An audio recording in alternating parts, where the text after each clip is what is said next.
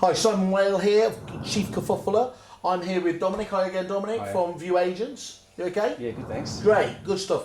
We were just talking earlier about the review site that you're bringing to the market, the aggregation service, and you were talking to us about a number of the tools that you're going to be bringing to help those agents. Could you just talk us through a few of those? Sure. So one of the tools is a review aggregator, which means that agents can now get reviews from multiple platforms, including Google and Facebook, and have them on this platform so they can manage multiple reviews from one place.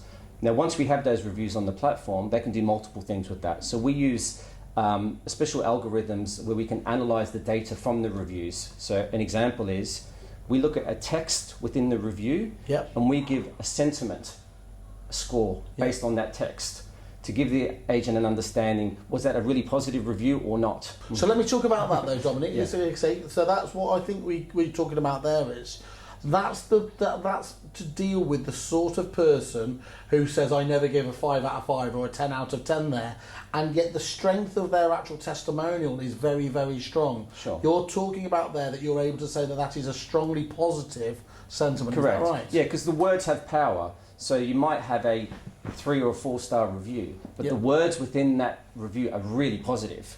So we give the agent a score on that to give them an understanding how positive that review actually was, rather than just look at the score. And am I right in thinking that's actually is that a Microsoft algorithm as well? Yes, it is. Yeah. So we use this is artificial intelligence to do that.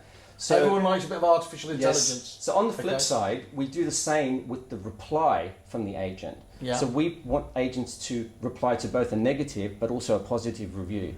So we've seen on our platform, agents do reply to reviews, but the replies aren't very good. Yeah.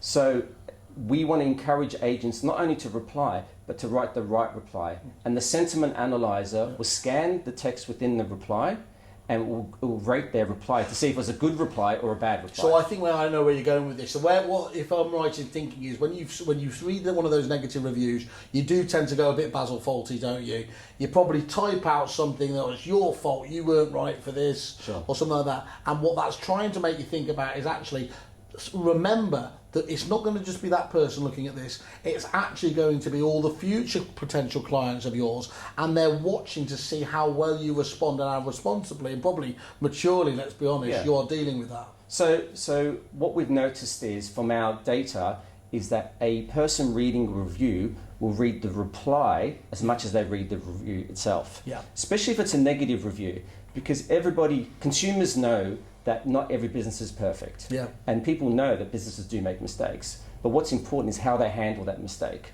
So when they see a negative review and they see that this agent made a real effort, or might not even been their fault, might have been a third party's fault, but they just got blamed for it. Yeah. There is a lot of emphasis on that reply, and it's just as important as the review itself.